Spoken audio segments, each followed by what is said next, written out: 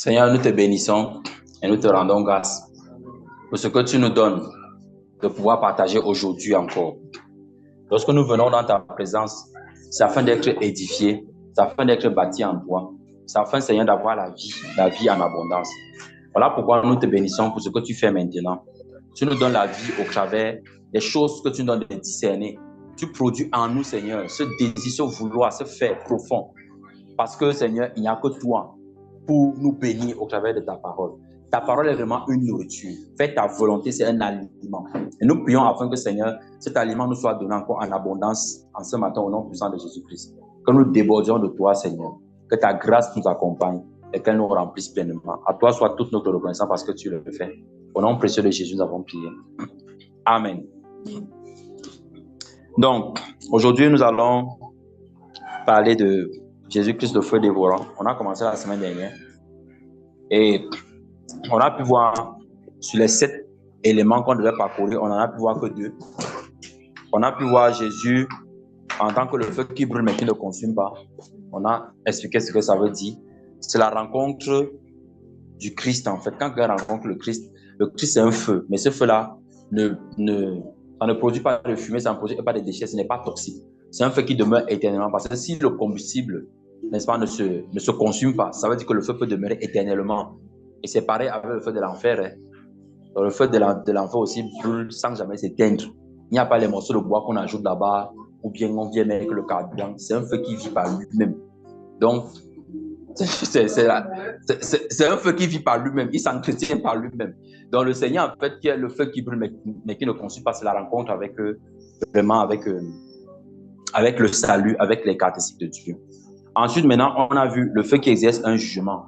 On a lu dans beaucoup de versets. Et on a vu que le feu qui exerce le jugement, c'est tout ce que quelqu'un peut ressentir que c'est en train de me brûler. C'est un jugement de Dieu. Donc, souvent, dans les assemblées, quand on se rassemble, on commence à prier. Après, les gens commencent à dire, le feu de Dieu, tu vois. Après, tu vois le pasteur qui dit, l'Esprit Saint là. Il ne sait pas ce qu'il dit. Il est vraiment là. Si c'est vraiment l'Esprit qui est en train d'agir, il est là pour faire quoi? Il faut se poser toutes les bonnes questions. Ceux qui se posent les bonnes questions vont avoir les bonnes réponses. On va avoir les bonnes réponses. Si on dit que je viens te rendre visite, il faut me demander que je viens faire quoi? Et il y a des frères comme ça qui sont dans les assemblées. Quelqu'un dit, je vais passer te voir. Tu veux passer me voir, c'est pour faire quoi? Il faut me dire d'abord ce que tu viens faire. Tu peux venir comme ça, que je passe te voir, alors que tu es avec une groupe de bandits derrière. Donc, il faut me dire, tu viens faire quoi?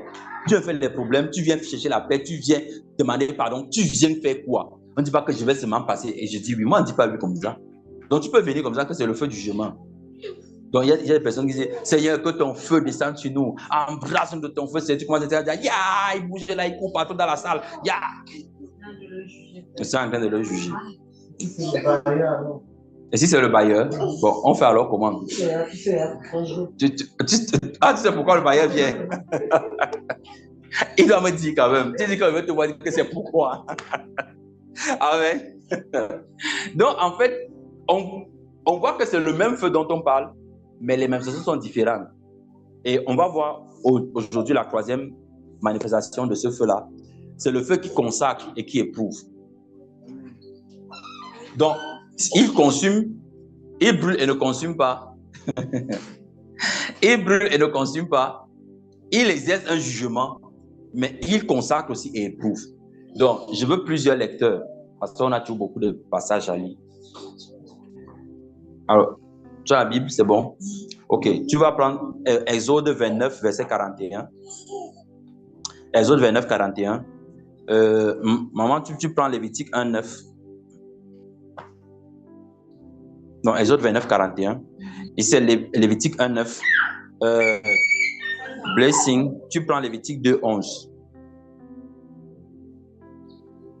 Lévitique 2, 11. Tu as la Bible que tu as? D'accord. Prends Lévitique 21, 6. Esther, tu prends Deutéronome 18, 1. Donc, j'ai dit Blessing, Lévitique 2, 11. Ketia, Lévitique 21, 6. Esther, Deutéronome 18, verset 1. Ici, tu prends 1 Chronique 21, 26. 1 Chronique 21, verset 26. D'accord, finissons d'abord avec ceci. Oui, vas-y, Exode 29, 41. Exode 29, 41, au nom du Seigneur Jésus. Tu offriras le second agneau entre les deux soirs, avec une offrande et une libation semblable à celle du matin. C'est un sacrifice consumé par le feu d'une agréable odeur à l'Éternel. Alléluia. Alors, comme je l'ai déjà expliqué ici, par la grâce de Dieu, on aura tout un enseignement sur le livre de Lévitique et le sacrifice de Jésus-Christ. On va commencer ça bientôt, probablement le mois prochain. Ce qui se passe, c'est que tout ce qu'on voit en termes de sacrifice dans l'ancienne alliance, c'est l'ombre de Jésus-Christ en termes de sacrifice de Dieu, agneau de Dieu. Maintenant, qu'est-ce qu'on dit? On dit que les offrandes qui étaient consumées par le feu, quand vous regardez bien, c'était jamais les holocaustes et les sacrifices d'expiation pour demander pardon. Demander pardon à Dieu. Et on dit que c'est le feu qui faisait en sorte que l'offrande soit consacrée pour Dieu. Je ne sais pas si vous voyez ça bien. Et c'est le fait qu'on brûle ça qui était le signe que ça, c'est uniquement pour Dieu qu'on offre. Et il dit que tu les offriras entre les deux soirs. Ce sera pareil à celui du matin. Entre les deux soirs, ça veut dire qu'on offrait un sacrifice en journée, on offrait un autre en soirée. Donc, à chaque instant, il fallait que le sacrifice soit couvert dans la période où on rendait le ministère et la période où on allait se coucher. Regardez un peu. Tu te lèves le matin, tu dois offrir un sacrifice. D'accord? Maintenant, la journée passe. Quand le soir arrive, avant que le matin arrive, tu offres encore un autre sacrifice. Pourquoi en offrir deux? Parce que quand tu te lèves le matin, ça je ne parle pas de nous, je ne dis pas les choses que les gens disent là, Seigneur, je te bénis. Le truc qui se passe, c'est que Jésus étant le symbole de la journée, du jour, d'accord, il montre qu'il a donné sa vie pour ceux qui se croyaient justes, qui étaient dans la lumière, mais qui avaient besoin de son ministère pour entrer dans le salut. Ceux qui ont hérité le promise, comme les Juifs. Les Juifs, c'est un peuple que Dieu a choisi, mais ils avaient aussi besoin du salut. Et on offre le soir. Vous comprenez maintenant? Le soir pour tous ceux qui étaient dans la nuit, qui étaient éloignés des promesses de Dieu, qui vivaient dans les ténèbres. Le sacrifice les concerne aussi. Voilà pourquoi c'est le même sacrifice, les gentils. Dans notre version, on les appelle les païens. Donc nous, qui n'étions pas le peuple de Dieu avant, ils sont devenus le peuple de Dieu par adoption, par le Saint-Esprit. Donc les deux sacrifices étaient offerts comme ça, c'était une matérialisation. Ce n'est qu'une des explications, je ne dis pas que c'est la seule. Ce n'est qu'une des explications. Donc si le Seigneur, dans le passage qu'on vient de lire là, on peut sortir même 10 explications de ce qu'il vient de dire là, différentes. Donc vous voyez qu'on ne peut jamais finir de parler de lui. Voilà. Donc, le feu la consacre parce que quand ça tombe sur l'offrande est destiné à qui? Donc l'image pour nous, voilà pourquoi Jean-Baptiste a dit que celui qui vient là, il vous baptise d'Esprit Saint et de... Et c'est l'un des sujets les plus négligés dans l'église aujourd'hui. C'est à peine si on parle du baptême d'Esprit Saint et de feu. Les gens pensent que le feu là, c'est que quand tu vas parler, le tonnerre de Dieu. C'est pas ça le feu, c'est des bêtises. Le feu de Dieu, c'est ce qu'on a vu dans Jean chapitre 2. Il a fait une liane. Il a chassé les changeurs de pigeons, les changeurs d'argent et tout ça, les vendeurs de pigeons. Et ses disciples se sont rappelés de cette parole. Qui leur a rappelé ça? C'était le Saint-Esprit. Le zèle de ta maison me dévore. C'est de ce zèle-là dont on parle. C'est lui, c'est l'Esprit Saint et de feu. C'est-à-dire le zèle pour le Seigneur. Des gens qui sont animés pour Dieu seulement. Tout ce qu'ils font, ils ne pensent qu'à Dieu. C'est ça le baptême de feu. C'est ce que le Seigneur vient produire en nous. Ils n'ont pas les voix que j'envoie le feu là, où ils mettent ça, où ils ont les lance-flammes peut-être qu'ils achètent. Donc, ce n'est pas ça. Amen. Donc, l'image de ce que nous, en tant que des offrandes vivantes, Romains chapitre 12, verset 1, en tant que des offrandes vivantes, qu'est-ce qui nous consacre à Dieu? C'est le feu. Donc, si quelqu'un n'est pas baptisé du Saint-Esprit, il n'appartient pas à Christ. Et le baptême du Saint-Esprit, ce n'est pas Rekoboyakata, ce n'est pas de parler en langue. Le baptême du Saint-Esprit, c'est que délivrer la puissance du péché. Alléluia. Donc, À partir de là, chacun peut savoir où il se positionne. Lis pour nous Lévitique 1:9. 1:9.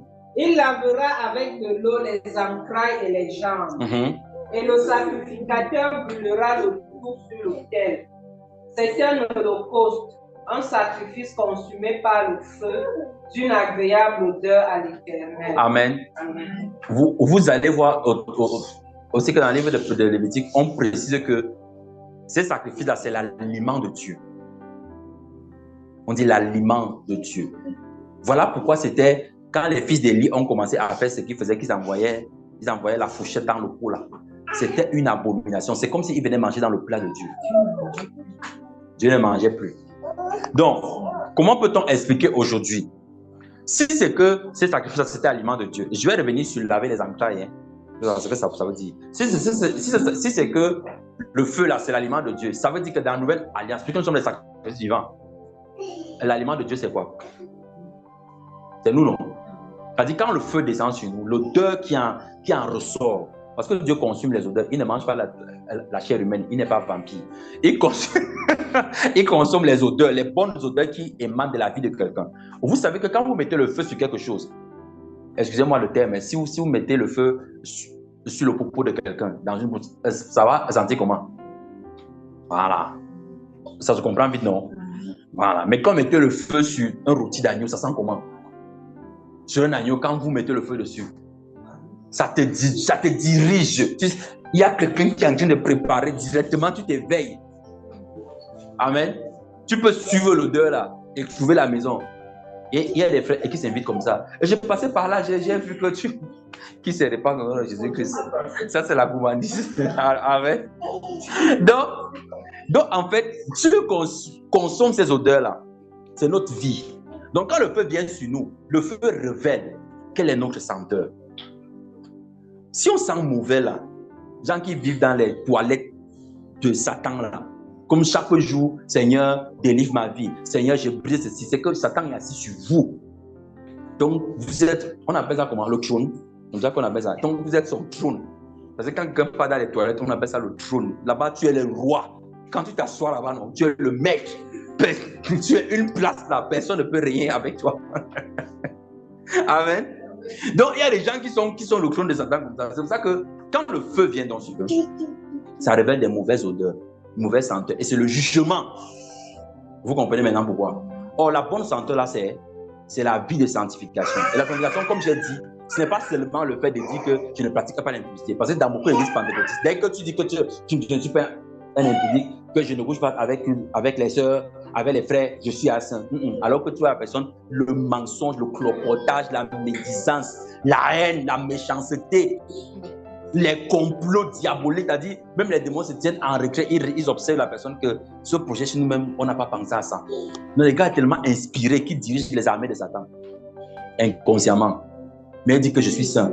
Donc l'odeur, le feu révèle l'odeur de chacun. Si tu sens mauvais, le feu va révéler la mauvaise odeur.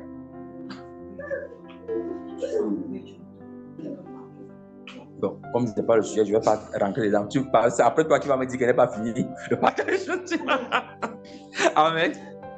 Regardez ta question. On va encore programmer les questions-réponses. Amen.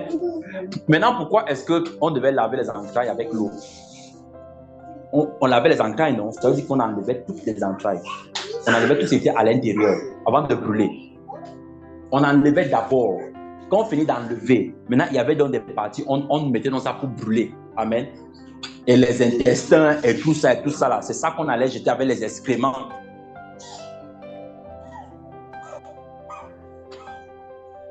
L'intérieur du sacrifice, ça représente sa propre vie.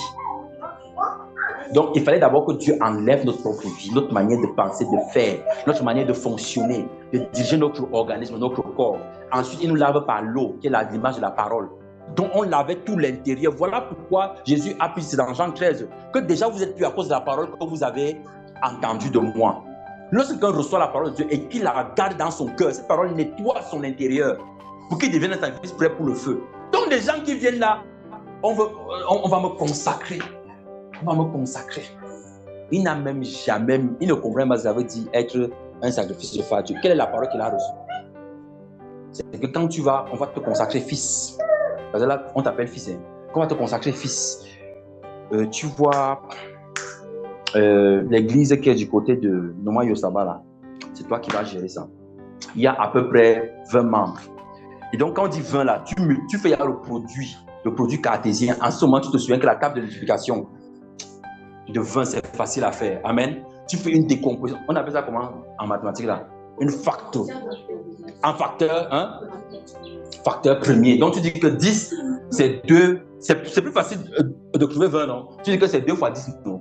Voilà, fois le nombre de membres.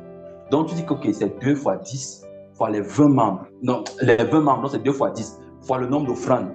Chaque week-end, 2000. Le travail est vite fait. Tu enlèves d'abord les 3 zéros de 2000 et le 0 de 10. Donc tu fais 2 fois 1 fois 2. Ça te fait 4, non? Et tu rajoutes maintenant les 4 zéros derrière. Tu trouves combien? 40 000 le week-end. Alléluia. Tu vois comment le calcul est simple, non? C'est vite fait. Amen. On trouve ça facilement comme ça. Pourquoi? Parce que les entrailles n'ont pas été lavées. Alléluia. Par de l'eau pure. Il y a d'autres qui prennent l'eau que le serpent a vomi dans Révélation 12. L'eau sale, là, c'est ça qu'ils peuvent se laver avec. Après, ils ont les typhoïdes spirituels, les maux gastriques. Tu as dit, tu viens, c'est vraiment, je ne me sens pas bien. Quand tu bois d'abord, quel genre d'eau? C'est l'eau que tu bois qui détermine ce que tu auras. Donc, il y a des gens qui ont la typhoïde spirituelle, qui ont le choléra spirituel, ils sont là comme ça. Là. Ils partent aux toilettes tout le temps. Tout ce que tu leur dis, ça ne reste pas. Parce qu'ils étaient toujours en difficulté. Parce qu'ils prennent une mauvaise eau.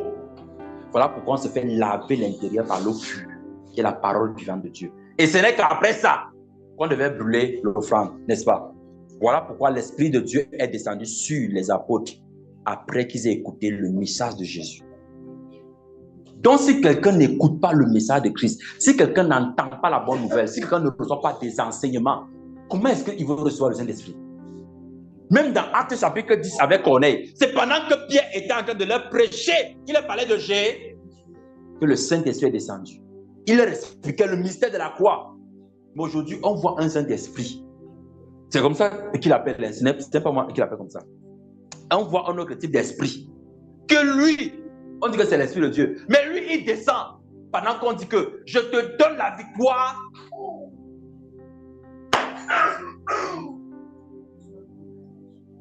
Je te donne la victoire sur ton mariage. Je reçois. Tu es en train de recevoir quoi? Parce que le plus important, ce n'est pas de recevoir, mais de savoir ce que tu reçois. Amen. C'est bon, non? Lévitique 2, 11. Lévitique chapitre 2, verset 11. Aucune des offrandes que vous présenterez à l'Éternel ne sera faite avec du levain. Car vous ne brûlerez rien qui contient du levain ou du miel parmi les offrandes consumées par le feu devant l'Éternel. Amen. Donc, Lévitique 2, 11 nous dit que toutes les offrandes qui doivent être brûlées par le feu, consumées par le feu. Vous avez remarqué que maintenant, c'est un feu qui consume, non? Voilà. Parce que comme j'ai expliqué lors de la précédente semaine, c'est que le feu là consume le péché en nous. Ça consume les choses mauvaises en nous. Ça ne consume pas l'extérieur. Voilà. Maintenant, on dit qu'on n'offrira pas des offrandes qui contiennent du levain ou du miel. Tout ce qui va être brûlé par le feu ne doit contenir ni le levain ni le miel. Pour le levain, ça se comprend facilement, non? Le levain, on a déjà parlé du levain ici. On sait que c'est l'orgueil, c'est le moi. D'accord? Mais le miel, c'est quoi? Quoi, l'offrande ne doit pas contenir le miel?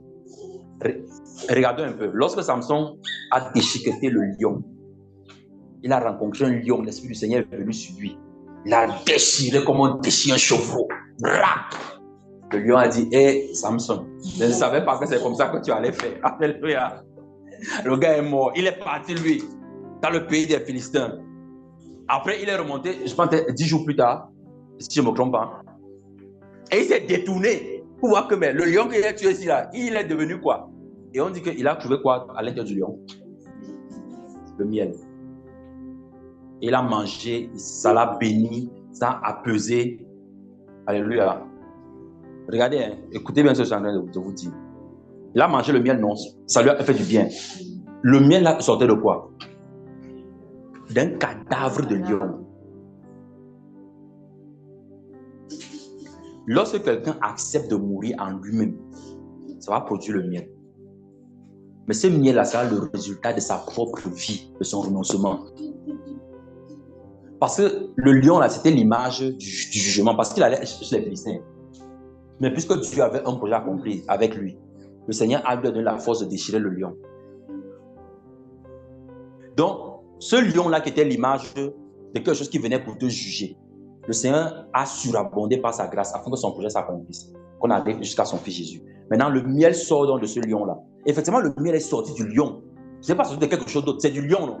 Donc, ça veut dire que c'est le résultat de ma vie de prière, de mon renoncement, de mon abandon à Christ. Sauf que si je prends ça pour mettre sur mon offrande, Dieu va rejeter. Parce que c'est sorti de moi. C'est un fruit que Dieu me donne. Mais est-ce que c'est le lion même qui a mangé ce miel-là? C'était qui? Samson, qui était l'image de ce que l'Esprit de Dieu était sur lui, non? Donc, c'était une image de Christ. Ça veut dire que notre vie de renoncement, d'abandon du péché, ça doit produire le miel en nous. C'est-à-dire que les gens doivent vouloir suivre Dieu. Quand quelqu'un s'approche de toi, il doit trouver une saveur en toi. Il mange le miel, ça lui fait du bien. Ça épaisse, ça apaise sa faim et tout ça. Mais ce n'est pas à cause du miel là que veut dire que Seigneur, souviens-toi, quand elle a mangé mon miel, n'est-ce pas que tu l'as fait du bien?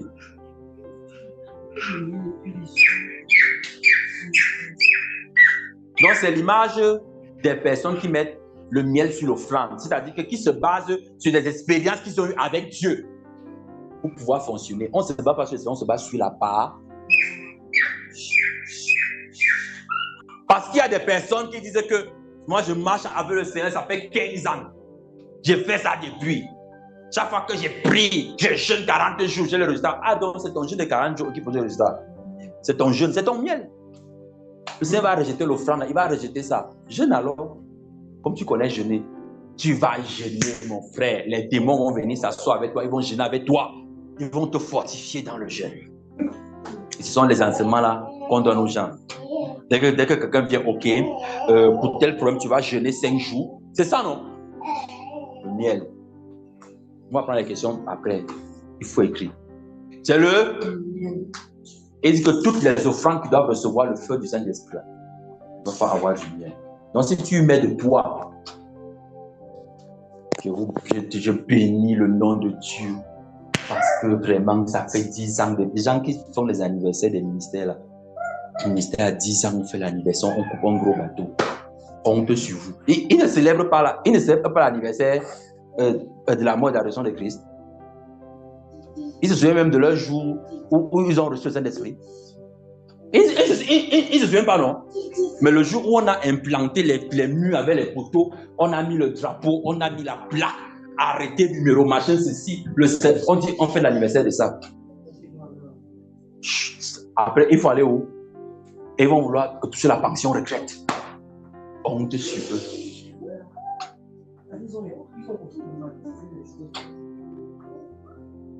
Le miel. Le fruit de mon travail. Le fruit de mon renoncement. Ça dit, ça émane de quelque chose que c'est Dieu même qui veut ça. Hein? Mais il ne veut pas que tu l'utilises pour le suivre. Quelqu'un d'autre va manger ça. Ce n'est pas pour toi. Alléluia. Ma vie de prière, ce n'est pas pour que moi je sois bien. Ma vie de prière, c'est pour que les autres connaissent Christ. Ma vie de jeûne et de consécration, ce n'est pas pour que je roule carrosse que ça, c'est pour que les autres connaissent Christ, qui cherchent le Seigneur. Voilà pourquoi Paul a dit qu'il sert des libations. Donc, il est la continuité du liquide de Christ qui se verse sur les gens. Mais aujourd'hui, les gens ont d'autres libations plus importantes. On doit aller consacrer le terrain. Il faut qu'on consacre la maison. On vient d'acheter un terrain, on doit venir prier. Moi, j'ai fait les choses avant. Bien sûr, je m'en suis arrêté. Amen. Le Seigneur m'a pardonné. Alléluia. Tu viens avec budget. Achète budget, la grande bouteille. Et tu cherches la grande bouteille là comme tu cherches un coq tout blanc. Tu le cherches. Avec l'homme courant. On va foubou.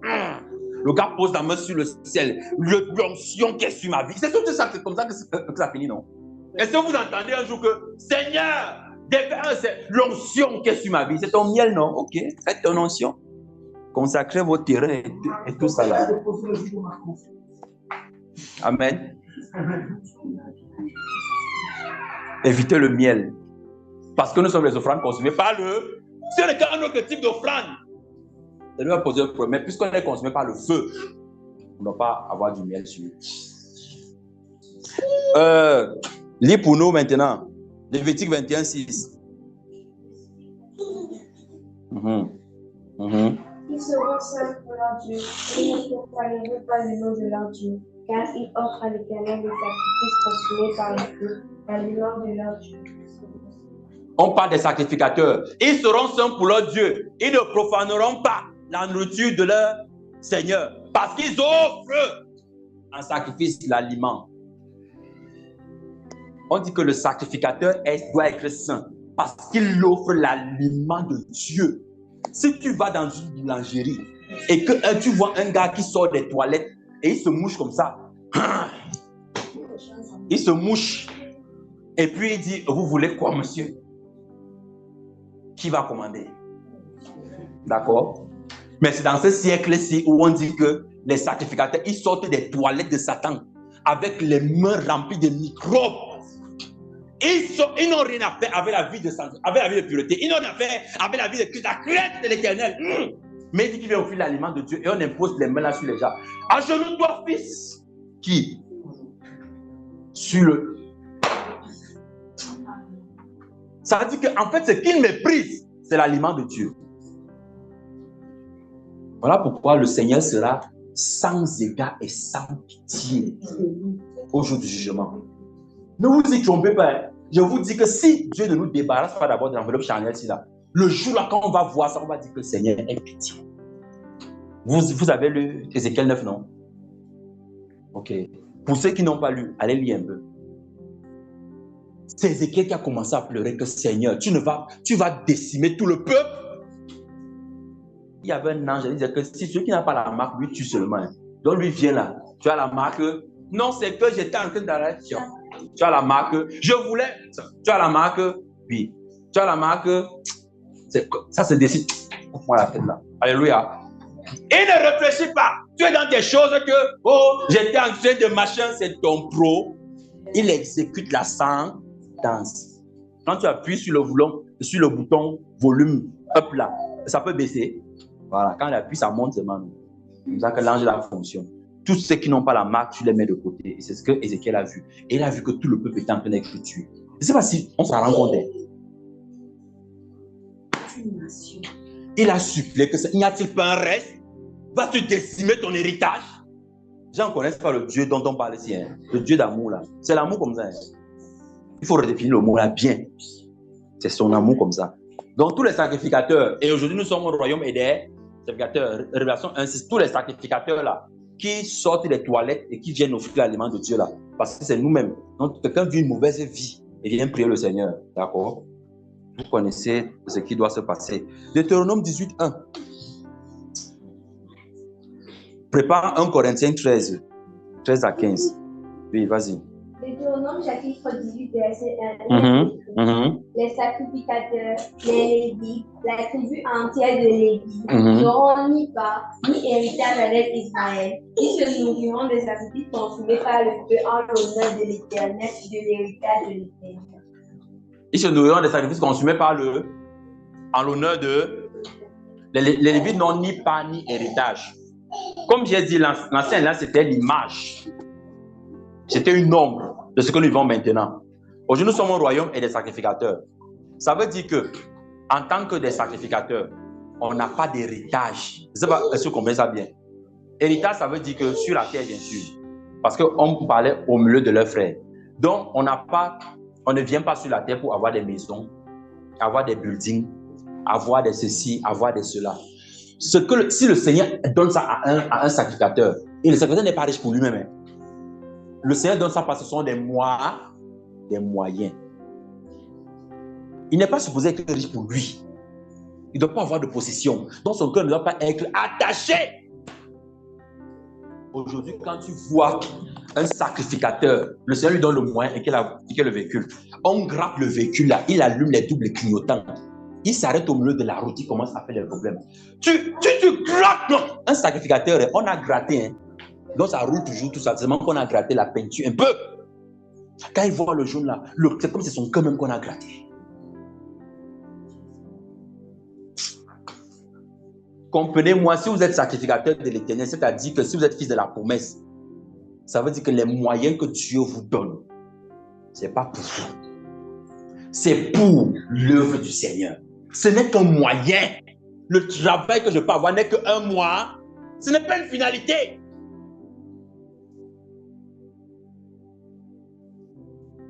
Mais il y a des hommes que quand ils regardent, quand ils reçoivent le message de la banque, c'est comme si il ressent le même sentiment que quand le Saint-Esprit descend sur quelqu'un. Il commence à avoir des visions. Des poulets panés qui vont marcher. Ah, vraiment. Et qui est... Alléluia. Donc, les sacrificateurs se nourrissent de quoi?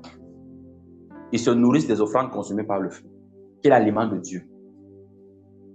Maintenant, transcrivons ça bien. Ils se nourrissent de quoi? Quand Dieu mange ça, qu'est-ce que Dieu mange? Il mange des odeurs, non? Les sacrificateurs se nourrissent de la nuée de Dieu. Ça veut dire que ce qui doit être le premier repas, c'est la parole. Faire la volonté du Seigneur.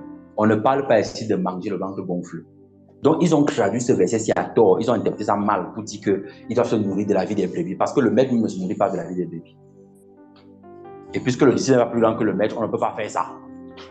On a parlé de la graisse, non? C'est de la graisse là. Parce que la graisse, c'est pour Dieu, non? D'accord. Donc, tous ceux qui disent que, oh, il est écrit, le sacrificateur doit manger les offrandes, il faut qu'il mange lui-même. Parce que lui-même, il est offrande.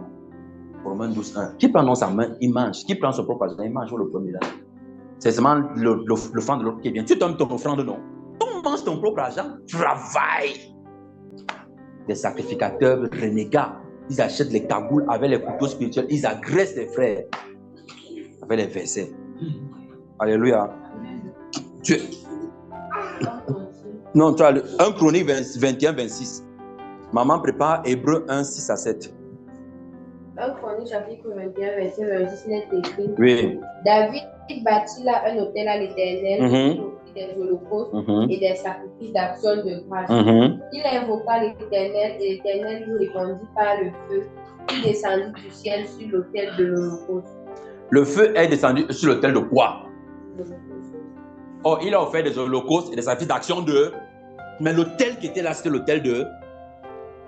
Aujourd'hui, quand on voit les sueurs de prière, bâtir un autel avec le Seigneur. Programme spécial. Consacre un autel. Les hôtels que les gens bâtissent dans les maisons, ce sont les hôtels de quoi? Ce sont les hôtels de quoi? De l'Holocauste. C'est pour s'agenouiller là et dire que, Seigneur, quand je mets mes genoux ici, je voudrais que tu me donnes une vision de quelqu'un qui s'est converti, qui a abandonné le péché. Que je sois cette offrande-là consumée par ton feu, afin que les hommes quittent les œuvres des ténèbres. Non, comment? C'est l'autel pour pénétrer sa destinée. Alléluia. Oh, David, le feu est venu. Il a invoqué le feu sur quoi? L'autel de l'Holocauste.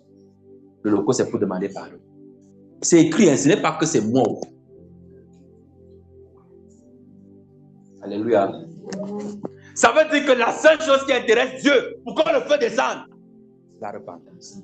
Un cœur repentant. Si un homme n'est pas dans ça, il ne va jamais recevoir l'Esprit du Seigneur. Peut-être il va recevoir un autre type d'esprit. L'esprit de cabaret, l'esprit de Bob Marley, l'esprit de Belzébul, l'esprit de... Il peut recevoir tout ce qu'il veut, mais pas l'Esprit de Dieu. Alléluia.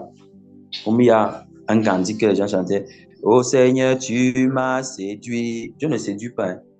Il faut comprendre et que l'Esprit anime le gars quand il chante ça. Dieu ne séduit pas. Parce que la séduction, c'est de mettre son charme en valeur. Mais la parole de Dieu nous dit qu'il n'avait rien pour attirer les... Donc, vous voyez, la parole s'explique d'elle-même, frère. Mais quelqu'un chante, oh Seigneur, tu m'as séduit. Comme le Seigneur ne se reconnaît pas dedans, lui va se mettre de côté. C'est pourquoi je me donne à toi. C'est notre Seigneur qui vient dire, livre-toi à moi, donne-toi. Alléluia. Et tu te donnes ainsi un homme méchant qui voit ta vigueur. Proverbe chapitre 7. Et les frères, et mes bien-aimés, On ferme les yeux comme ça. Et on ferme les yeux. Seigneur, quand tu vis, tu récupères. Alors que c'est notre Seigneur qui te récupère.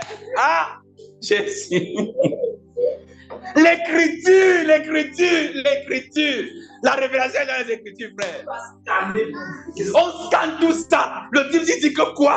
Est-ce que Dès qu'il y a un détecteur. dès qu'il y a... Ah! Tu détectes un truc là, tu mets ça de côté. Qui chante les bêtises là? Oh Seigneur, tu m'as séduit.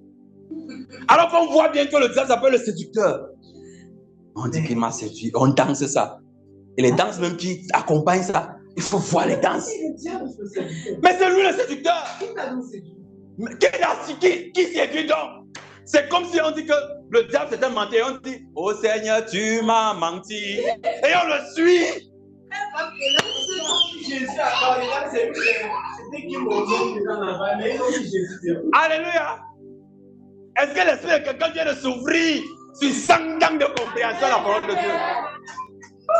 Et 100 ans de protection. Et 100 ans de protection, frère. Alléluia. Ça, c'est le bon. Oh, go. Entre-temps, les gens ont les révélations, comment faire les positions dans les chambres. Alors qu'on est là avec les choses comme ça, Satan prospère. On le laisse prospérer. On était où? 1 Corinthiens 13. À partir 13 à 15. Hébreux 1, 6 à 7. Et Blessing 1 Pierre 1, verset 7. Je suis où?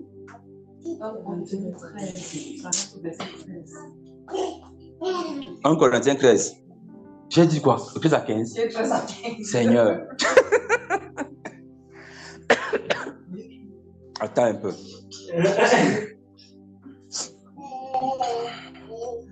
Allons un peu dans 2 Corinthiens 13. Ouvre un peu 2 Corinthiens 13.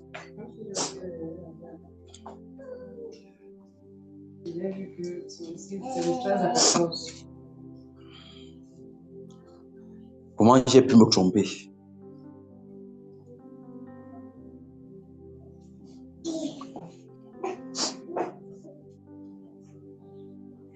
Bon, laisse d'abord, ça va me revenir après. Lis pour nous Hébreux. Hébreux 1, 6 à 7. Et lorsqu'il introduit de nouveau dans le monde le premier-né, il dit que tous les anges de Dieu l'adorent. De plus, il dit des anges, celui qui fait de ses anges des vents et de ses serviteurs une flamme de feu. Celui qui fait de ses anges des vents et de ses serviteurs une flamme de feu. Oui.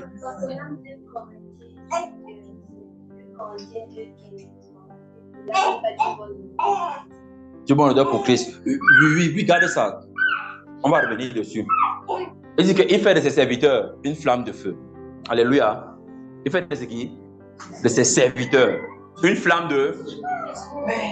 Ça veut dire que lorsque quelqu'un vient en Christ, la personne devient une flamme.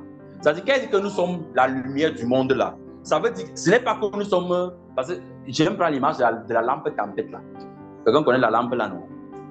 Voilà, c'est-à-dire qu'il y a la cage, il y a le verre qui protège la mèche qu'on plonge dans le pétrole et tout ça. Quand il dit que vous êtes la lumière du monde, vous êtes des lampes. La lampe là, ça veut dire que nous sommes d'abord le feu qui brûle à l'intérieur. Ce qui est tout l'extérieur là, ce n'est que la coque, ce n'est que l'environnement. Donc il fait de nous des flammes. Il fait de nous des flammes là. Maintenant, quand nous sommes des flammes là, nous sommes quel type de flammes?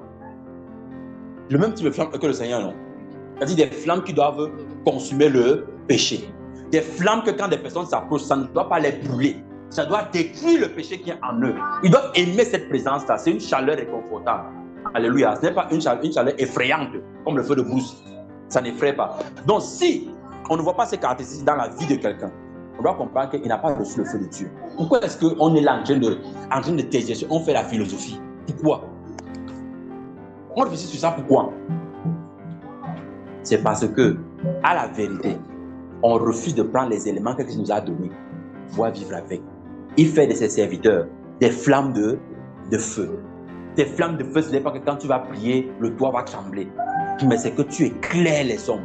quand quelqu'un te voit vivre, la personne voit clairement et distinctement ce que Christ a voulu dire dans tel passage, dans tel verset. C'est ça être une flamme. Alléluia. Lis pour nous 1 Pierre 1 verset 7. 1 Pierre 1 verset 7. Tout ça, c'est le feu qui consacre et qui éprouve. Lis. Afin que l'épreuve de votre foi, précieuse que l'or périssable, qui cependant est éprouvée par le feu, est pour résultat la louange, la gloire et l'honneur lorsque Jésus apparaîtra. Amen. Afin que l'épreuve de votre foi, qui est éprouvée par quoi? Le feu. Est pour résultat quoi? La louange, la gloire et l'honneur. Lorsque Jésus-Christ paraît, voilà. Maintenant, tu vois donc des gens. Comment ça va, frère?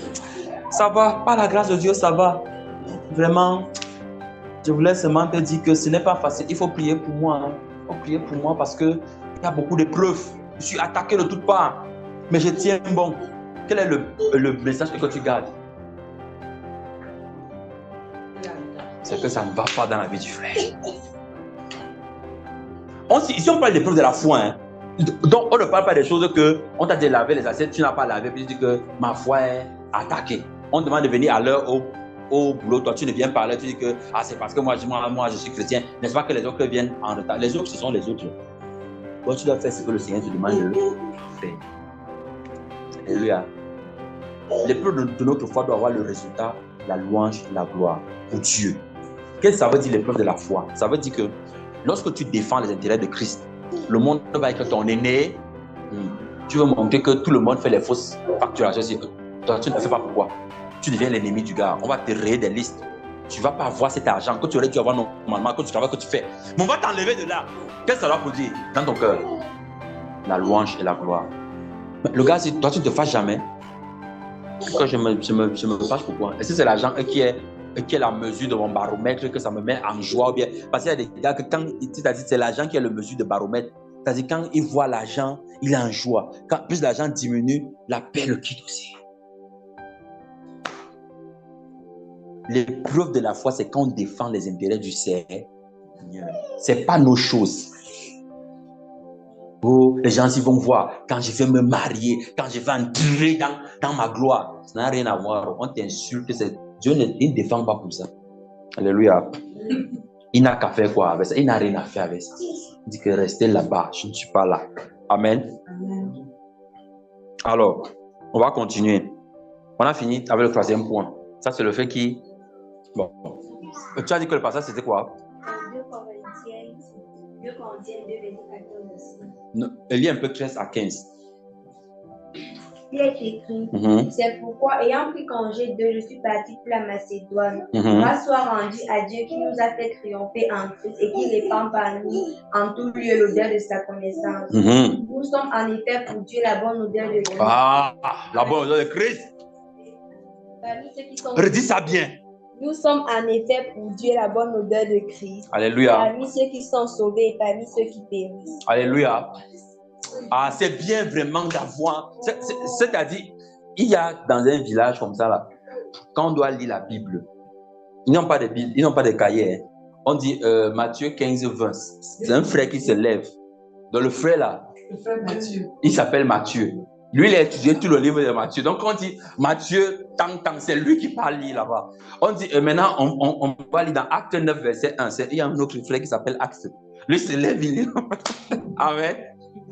Ah, que le Seigneur te bénisse. C'est quand même bien d'instruire la parole de Dieu aux enfants. C'est elle, Matthieu. Amen. Nous sommes la bonne odeur de qui? Au milieu des convertis comme des inconvertis. Ça veut dire que ça ne peut pas se justifier que quelqu'un dise qu'il a reçu le baptême du Saint-Esprit. C'est ce feu-là qui produit la consécration, qui élève cette bonne senteur-là. Et on voit l'odeur qui jaillit de la vie de quelqu'un. C'est comme un brûlé, je ne sais même pas où on a brûlé quoi même. C'est comme le caoutchouc. Qui a brûlé le caoutchouc? Tu sens l'odeur, ça t'étouffe. Il dit que j'aime le Seigneur. Il se tient là. adorant Dieu, il ferme les yeux, il tremble comme ça. Oh Saint-Esprit, les gens se disent alléluia, vous êtes en train de trembler sur l'effet des démons et de vos sensations charnelles. Dieu n'est pas à côté.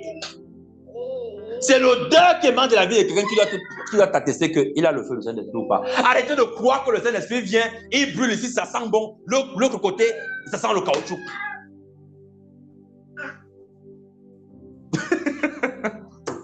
Non, c'est parce qu'il y a encore des choses. Quelle chose il y a? Nous sommes la bonne odeur de Christ. Des frères qui font suffoquer les autres. Dès qu'un frère entre dans ta vie, tu commences à suffoquer. C'est comme si tu étouffes, il y a la fumée partout. C'est pas...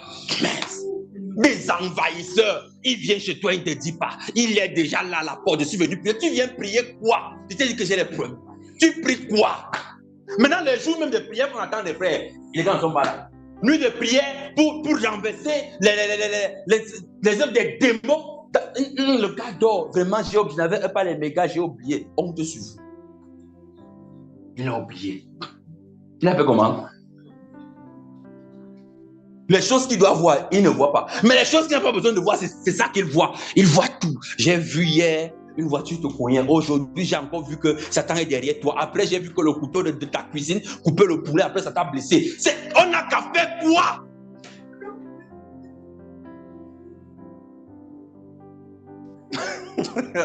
On va continuer. Vraiment. On va voir le petit cas maintenant. Le feu qui éclaire. Amen. On était où? C'était ici. Là-bas. Kétia, ouvre pour nous Exode 13, verset 22. Et notre verset qu'on aime bien. Lévitique 6. Continuellement. Ouvre pour nous, précis, Lévitique 6. Dans notre version, c'est dans le verset 13. Donc, si tu ne vois pas assis, tu pars à 13. Exode 13, 22. Lévitique 6. Nombre 9. Verset 15 à 16. Nombre 9, 15 à 16. Matthieu 3, verset 11. Brenda, Matthieu 27, verset 45. Et Esther, Deutéronome 1, 33. Exode 13, 22. Oui, vas-y. Le feu qui éclaire. La colonne de nuit ne se retira point de devant le peuple pendant le jour, ni la colonne de feu pendant la nuit. La colonne de nuit ne se retira point devant le peuple pendant le jour, ni la colonne de feu pendant la nuit. Alléluia. Quand on parlait du désert, on avait un peu parlé de ça, n'est-ce pas? Vous avez vu que la colonne de feu, quand elle est apparue, elle éclairait les frères, elle éclairait les Juifs pour les amener là où Dieu avait promis de les amener. Moïse se tenait juste derrière la colonne de feu, c'est lui que le Seigneur avait choisi. Mais qu'est-ce qui conduisait le peuple? C'était Moïse ou c'était la colonne? C'était la colonne. Ça veut dire que si à un moment donné, Moïse prenait une direction autre que celle de la colonne, qu'est-ce qui devait se passer? En principe, le peuple devrait suivre la colonne et non Moïse. Voilà. Mais gloire soit rendue à Dieu parce que Moïse a toujours marché derrière la colonne. Et il y a même des gens qui ont décidé, eux, de ne marcher ni derrière Moïse, ni derrière la colonne, mais de marcher derrière quelque chose d'autre. Je vais vous faire remarquer que pour qu'une colonne de feu éclaire suffisamment des personnes et qu'elles avancent, vous imaginez l'intensité de ce feu-là. Je ne sais pas si vous vous rendez compte un peu. Pour que ça puisse éclairer suffisamment quelqu'un, tout le peuple marchait. Donc, ce n'était pas comme si, à un moment donné, ceux qui étaient derrière, ils étaient un peu dans le noir. Hein. La colonne était devant, c'est vrai, mais la lumière recouvrait le peuple. Vous imaginez l'intensité de feu que ça demande? Mais ça n'a brûlé personne. Le feu de Dieu est là pour éclairer, montrer le chemin. Si nous sommes des lampes, on doit montrer le chemin. Voilà pourquoi David a dit que tu es une lumière sur mon sentier. Une lumière sur mon sentier. Parce que nous, notre vie, quand on pratique, on pose des actes, c'est comme une colonne de feu. On éclaire, on montre le chemin, afin que des hommes puissent commencer à distinguer le feu qui nous conduit, pour ne pas forcément marcher derrière nous. Alléluia. Et la colonne de feu ne se manifestait que la nuit, pas de jour. Ça veut dire que lorsque le Seigneur nous donne son feu, c'est justement parce que la terre est dans les ténèbres. Le Seigneur va te donner le feu, si ce n'est pas pour aller éclairer les gens. Donc, les gens qui demandent le feu de Dieu là, où ils veulent aller brûler quoi? Acheter les allumettes avec l'essence, c'est plus facile. Tu arrives, tu allumes, ça va prendre feu, ça va brûler. Mais si c'est pour éclairer, il va donner son feu. Son feu est fait pour éclairer les ténèbres. Alléluia. Quand des gens s'approchent de ta vie, il faut qu'un ensemble de choses tombe. Les gens ne peuvent pas s'approcher de toi et rester les mêmes personnes. Il faut que quand ils te voient t'habiller, vraiment, toi tu t'habilles toujours un genre. En tout cas, toi tu es femme de pasteur, c'est parce que tu es prêt de les éclairer. Alléluia. Les ténèbres sont en train de tomber. Toi, les élèves bavardent toujours en classe, toi tu ne bavardes jamais. C'est parce que quand on a du temps libre, moi je médite un peu la parole. Ah bon? Ça fait un électrochoc. Hey! La parole commence à te juger. Que si Dieu vient là maintenant, moi je devais lire, je n'ai pas lu. Pas les frères que dès qu'il y a le temps libre là, partez sur les Instagram. Il faut désinstaller les bêtises là. Au nom de. Voilà. Lévitique 6 là, c'est pour qui? Lis pour nous. Ah. Lévitique chapitre 6, le verset 6 est écrit. Le feu brûlera continuellement sur l'autel, il ne s'éteindra point. Il brûlera sur quoi? Oh, nous sommes le temple de Dieu. À l'intérieur de nous est bâti l'autel de Dieu, dans lequel le souverain sacrificateur qui est Christ offre des sacrifices perpétuels afin que nous soyons des maisons de prière où des hommes peuvent venir demander pardon à Dieu. Ça doit brûler continuellement. Ça veut dire que la vie de Christ ne s'arrête pas. On voit des serviteurs de Dieu qui prennent les congés. Et vraiment, beaucoup. Il prend le congé, hein. Lui, il part aux Bahamas.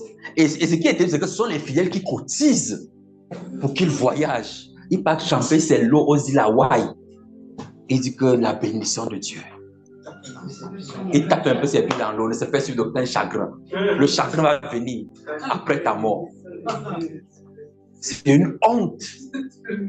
Si Dieu prenait... Est-ce qu'on a vu le maire prendre les congés? Imaginez-vous que Dieu prenne congé un seul jour. Et ça va donner qu'on est dans le thème. S'il prend congé un jour, frère, qui dit que je ne reçois aucune prière, ange, ferme le ciel là. Je vais me reposer un peu. Les gens là me fatiguent depuis. Hey! Mais on dit que le serviteur n'est pas plus grand que le maître. Le maître n'a pas pris de congé. Mais les serviteurs prennent les congés.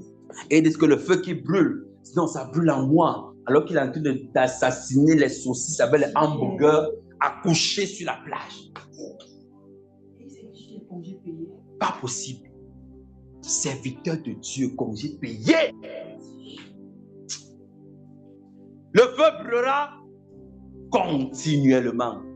L'histoire dans laquelle on est entré, si frère, c'est jusqu'à ce que le maître revienne. Il va trouver le feu sera allumé. Il n'y a pas de sommeil possible. Lis pour nous Nombre 9. Nombre chapitre 9, verset 15, il est écrit. 15 à 16, oui.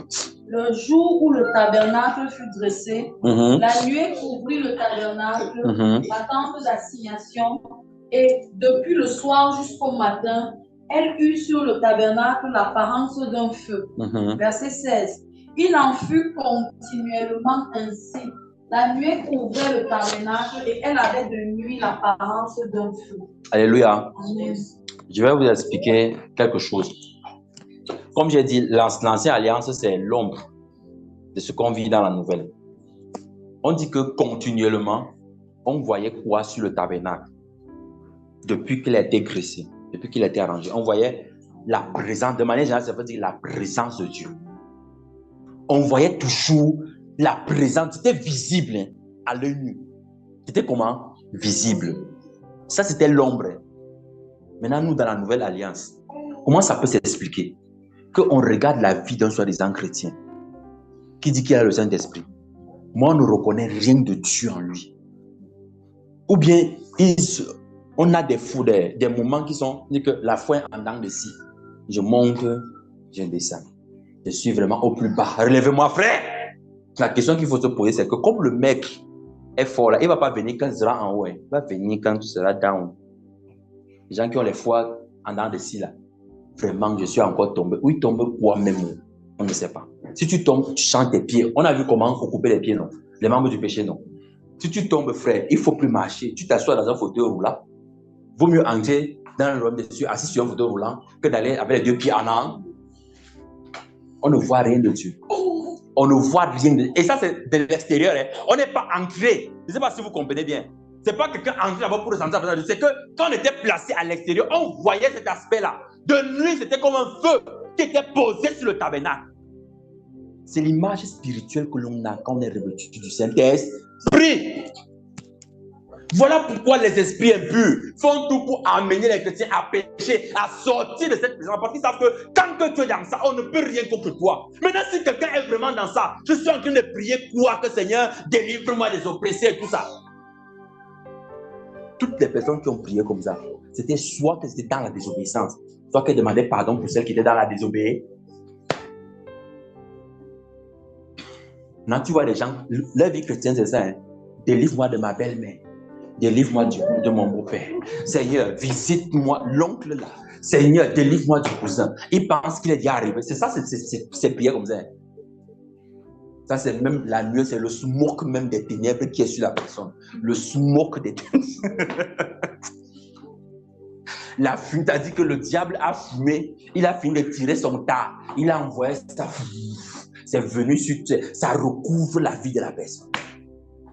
Le banga du diable, c'est ça qui recouvre les tabernacles aujourd'hui. Une vie qui n'a... Tu regardes, ça n'a rien à voir. Hein. Il n'éclaire pas. Ce feu-là éclairait, non? On distinguait nettement le tabernacle. Mes frères et sœurs, quand on ne peut pas, hein. Quand quelqu'un regarde nos vies, il doit dire, tu es différent. Même s'il ne te dit pas ça en face, il doit faire que quand il rentre là, il dit que non, telle personne est différente. Ce n'est pas qu'on te mélange, tu es là comme n'importe qui lambda. On organise les kermesses, tu vois les enfants de Dieu courir à la kermesse et tu vois leurs vêtements. Vous étiez même parti, vous là? Ok.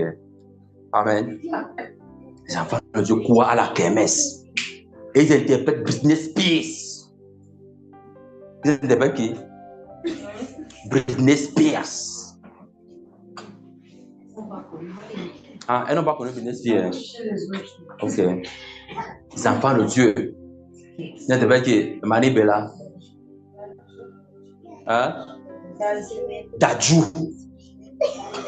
Ils interprètent Davido. Un enfant de Dieu.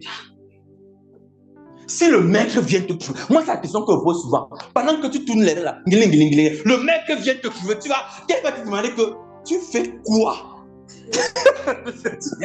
Qu'est-ce que tu vas bien pouvoir répondre?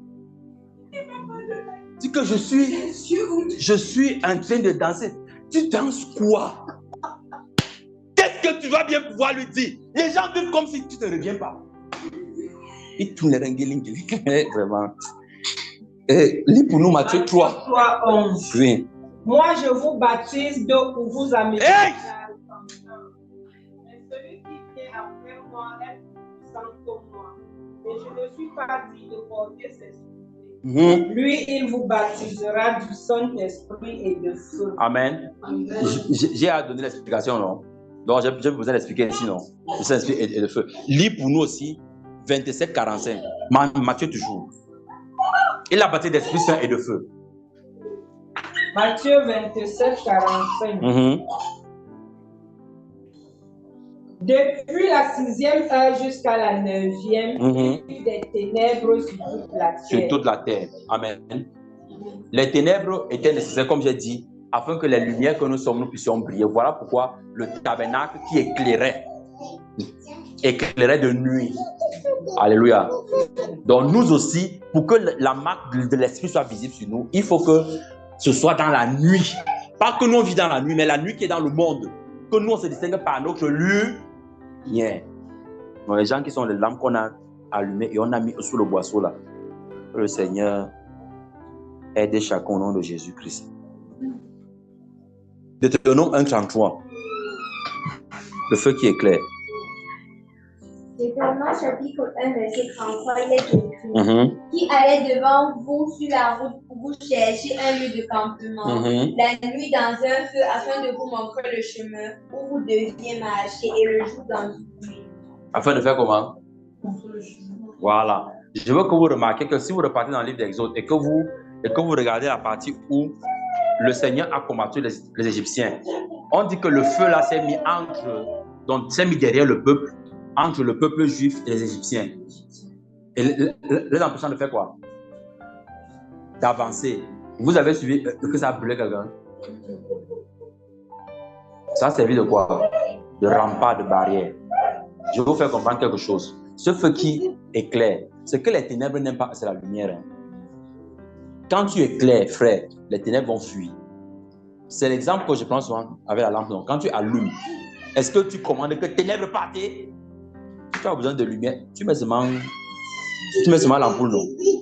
Maintenant, si donc je suis une lumière, quand le Christ vit en moi, je vais commencer à prier que ténèbres disparaissent.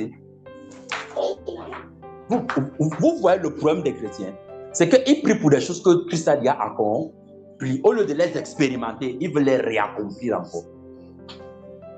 Dissipe les ténèbres dans la vie d'un enfant de Dieu. Jean, ça s'allume une fois. J'ai le Saint-Esprit qui m'éclaire déjà. Il est déjà la lumière, donc je fais les œuvres de lumière directement. Je ne commence plus à dire que j'enlève d'abord les ténèbres, je déracine, j'enlève ceci. À moins que tu ne sois en train d'intercéder comme Daniel, dans Daniel 9, pour ceux qui ont péché, parce que tu portes sur eux, tu portes sur toi leur opprobre. Alléluia. Mais on voit des frères que c'est toute la vie comme ça, toute la vie chrétienne, de prière. Seigneur, anti-courbingol, anti-courbingol. C'est la vie comme ça. Hein? Toute la vie, c'est seulement comme ça.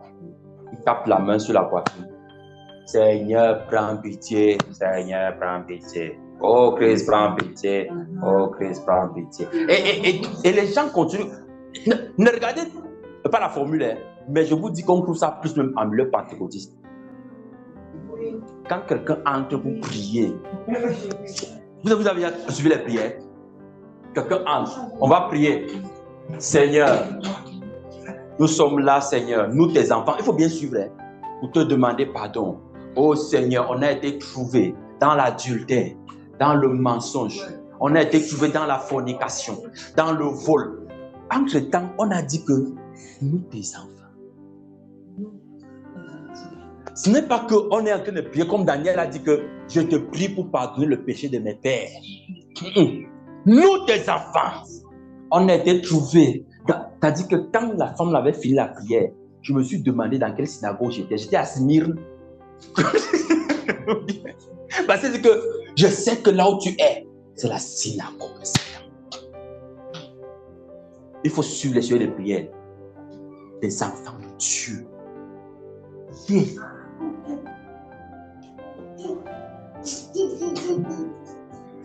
C'est parce que l'Esprit de Dieu m'a éclairé que je suis une lumière. Personne ne prie pour que le soleil se lève ici.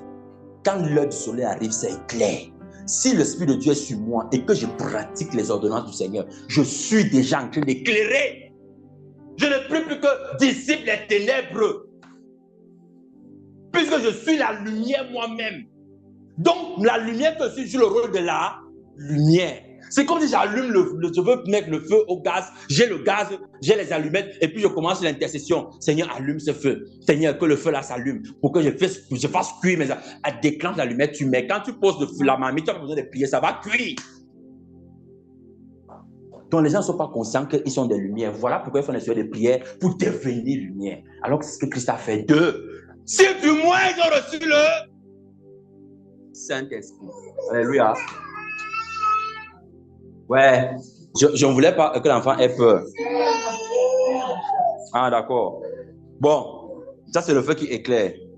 Maintenant, continuons. 5, le feu qui révèle la gloire de Dieu. On va lire. Exode 24, 17. Deutéronome 4, 12 à 15. Deutéronome 4, 12 à 15. Ça c'est Exode 24, 17, non? Ok, Deutéronome 4, 12 à 15. Blessing. Ézéchiel 1, 4 et le verset 13. Ézéchiel 1, verset 4 et verset 13. Et puis, qu'est-ce qu'il y a? Révélation 1, 14. Allons-y. Exode 24, 17. Exode 24, 17. L'aspect de la gloire de l'Éternel était comme un feu dévorant sur le sommet de la montagne aux yeux des enfants d'Israël. L'aspect de la gloire. L'aspect de quoi?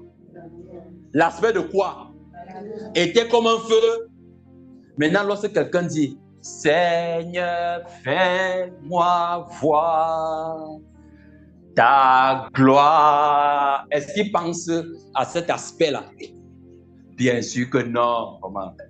Il pense à quoi? Seigneur, et le gars se voit sur le volant de la Hyundai X300, ou ça s'appelle comment? Ou c'est iX365, c'est quoi? Il se voit dans Prado noir.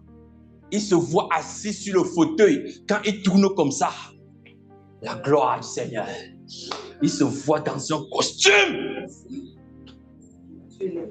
Le jour de son mariage, il se voit entre deux avions, Air France et Turkish Airlines. Il ne prend pas Royal Air Maroc, parce qu'ils oublient tous les bagages. Il prend tout Turkish ou Air France. Il voyage pour le Colorado. Fais-moi voir ta gloire. Le gars voit comment il est assis. Il est assis comme ça. Et puis il y a une foule de multitudes d'hommes de toutes les races, de tous les peuples qu'il a rachetés par sa prière, pas par le sang d'agneau. C'est sa prière qui les a rachetés. Donc il est là. Il dit, Seigneur, tu m'as donné un grand ministère. Ministère, mais puis beaucoup. Tu suis, non? Il y a bêtises. Voici la gloire de Dieu, c'est quoi? C'est le feu. La gloire de Dieu, c'est ce feu-là. C'est cet aspect-là. Quand les démons voient un enfant de Dieu qui est revêtu de l'esprit, ils disent que voici un véritable enfant de Dieu. Parce qu'ils voient ce feu, la gloire de Dieu qui était sur le sommet de la montagne. Et qu'est-ce qui se passait? Les personnes avaient peur d'approcher. Parce qu'ils avaient peur de faire comment? De mourir. On a dit que même les bêtes, si même une chèvre s'approchait, on dit qu'on devait lapider. Et puis quelqu'un là comme ça, il dit qu'il a ce feu-là sur lui. Et il est en train de prier. Esprit de ceci, laisse ma vie, laisse mes bénédictions. Il fait, si tu arrêtes, c'est que le feu n'est pas sur toi. Alléluia. S'il peut venir arrêter, c'est que le feu n'est pas sur toi. C'est quelque chose d'autre. Frères qui sont éteints. Lis pour nous Deutéronome 4, 12 à 15. Le feu révèle la gloire de Dieu. Voici la gloire de Dieu. Oui. Deutéronome 4. 12 à 15, oui. 12 à 15. Et l'Éternel vous parla du milieu du feu. Du milieu du feu. Vous entendîtes le son des paroles. Mais vous ne vîtes point de figure. Vous n'entendez qu'une voix. Il publia son alliance qu'il vous ordonna d'observer, les 10 commandements, et les écrivit sur 2 tables de pierre. On a vu une figure. Les gens qui ont des images, ils disent que dans les films qu'ils ont regardés, que les francs-maçons ont sponsorisé de Jésus là, les films de Jésus que les francs-maçons ont sponsorisé. On dit qu'à un moment donné, il est tombé de la croix, ou c'était la 40e station au moment, on ne sait pas. Et puis on a pris le truc, on a posé comme ça. Quand on est revenu avec le mouchoir, parce que la femme là, elle avait tellement compassion de lui, le visage est resté. C'est à partir de ça qu'on a commencé à imprimer les visages. Ces gens qui ont les statues, c'est un rosicrucien. Le gars que vous avez là, c'est même pas Jésus. On le dessine les tuyaux là, comme ça. Viens moi, mes enfants, avec le cœur gros comme ça là.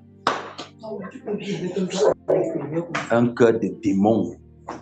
La preuve, c'est que les vies ne changent pas. Dieu a fait ça exprès. Quand il a donné la première alliance, il n'a pas révélé une figure. Il n'a pas révélé une figure. Mais c'est ce que les gens cherchent. Ils cherchent les figures. Les autres prennent les photos du prophète. Oh! Anointing. The anointing man. The man of God. La photo. J'espère que vous ne gardez pas une photo dans votre téléphone.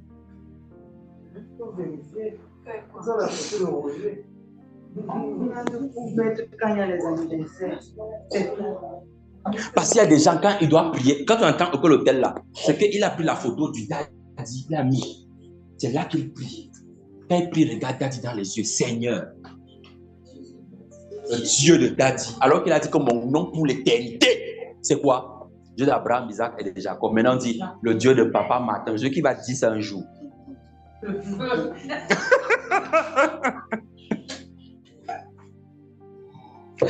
Hey! Pourquoi c'est compliqué de comprendre ces choses? Parce que les gens n'ont pas reçu le véritable feu qui délivre. Alléluia. C'est de la montagne qu'on entendait la voix. Le Seigneur nous a toujours parlé de cette manière. On va le connaître uniquement son visage. Quand on sera dans le royaume des... Il a gardé ce trésor pour ceux qui l'aiment et qui le cherchent. C'est eux qui verront son visage face à face. Alléluia. Donc, débarrassez-vous de toutes ces choses que vous avez dans vos maisons. Au nom puissant de Jésus-Christ, les photos des daddies et tout ça. Il faut enlever ça de vos portables. Ézéchiel 1, verset 4 et verset 13. Vas-y. Ézéchiel 1, verset 4 et 13. Oui. Je regardais et voici, il vint du septentrion un vent impétueux, une grosse nuée et une gerbe de feu qui répandait de tous côtés une lumière éclatante. Éclatante, bon, ça dit que c'était glorieux. Au centre de laquelle brillait comme des levains polis sortant du milieu du feu. Sortant du milieu du feu. Vous voyez que c'est le feu qui révèle la gloire de Dieu, non? Donc depuis là, quand Moïse a dit fais-moi voir ta gloire là, il voulait voir cet aspect de Dieu qui est l'image de Christ. Verset 13. L'aspect de ces animaux ressemblait à des charbons de feu ardent. C'était comme l'aspect des flambeaux. Et ce feu circulait entre les animaux. Il jetait une lumière éclatante et il en sortait des éclairs. Voici la gloire de Dieu. Donc les gens qui voient ça dans les plantains, dans les macabos, dans les maisons, dans les sessions, voici la gloire de Dieu. Et si quelqu'un est dans ça là, dites-moi un peu. Tu vois un feu qui sort comme ça, qui va s'approcher? Celui qui se préserve, le malheur ne le touche. Voilà comment se préserver avec le feu. C'est ça qui est la gloire de Dieu. Les ténèbres n'approchent pas la gloire du Seigneur. C'est impossible. Donc si quelqu'un voit que chaque jour, chaque soir, les esprits viennent te rendre visite, il faut te demander.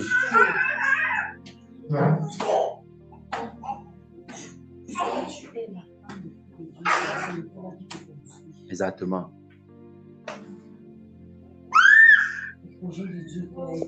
Amen.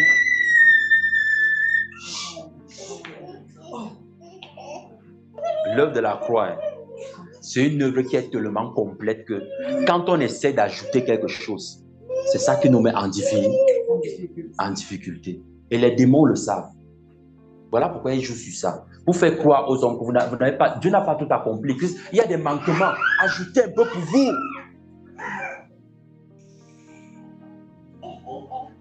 Lis pour nous Révélation 1,14.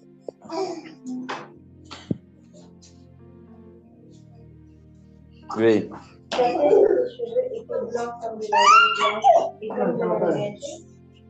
Oui. Sa tête et ses cheveux étaient blancs comme de la laine blanche et comme de la neige, et ses yeux étaient comme une flamme de feu. Sa tête et ses cheveux étaient blancs comme de la laine, et ses yeux comme une flamme. Hein? Prenez un peu le petit ici là-bas, sans qu'il est dynamique. Aujourd'hui, il y a la vie en lui. Je sens que le feu de Dieu là est descendu sur lui aujourd'hui. Il est vivant. Alléluia. On dit que ses yeux, c'était comment? Comme une flamme de feu. Regardez un peu. Voici le Dieu que nous servons. Quand il te regarde, ses yeux là, c'est une flamme de feu. Et lui, il ne regarde pas pour menacer. Hein.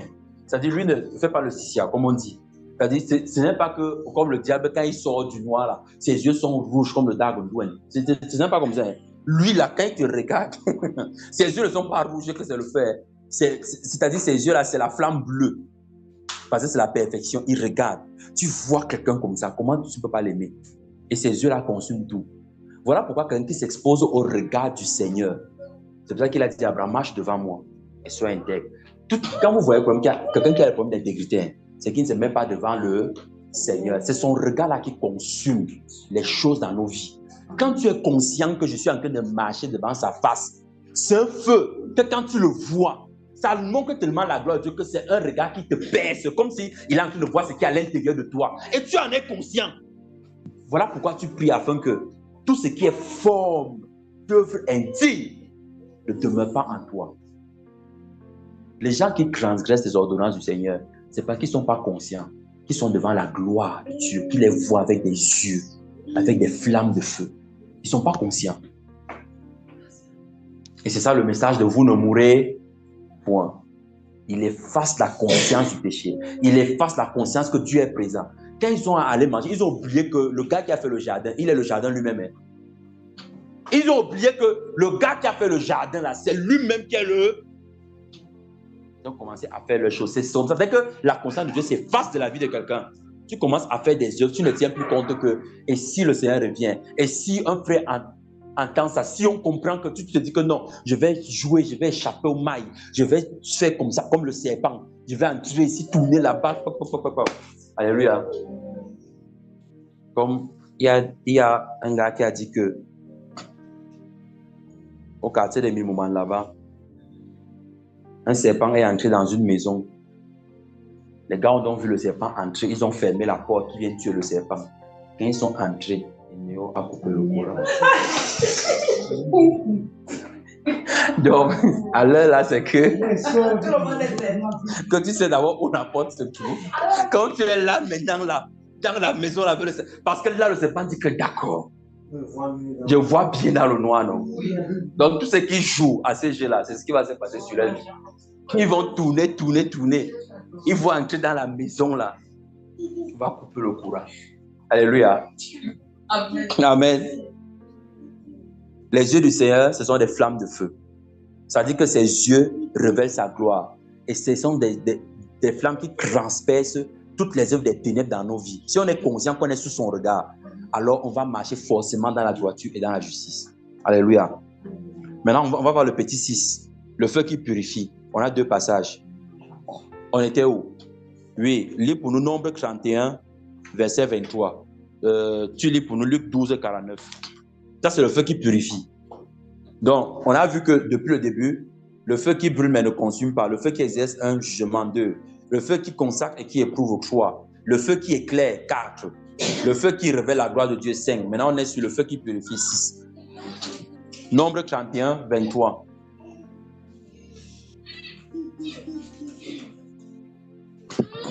Non, chapitre 31. Verset 23, oui. Verset 23. Mm-hmm.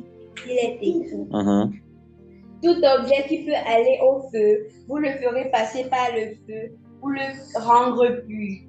Mais c'est par l'eau de purification que sera purifié tout ce qui ne peut aller au feu. Vous le ferez passer dans l'eau.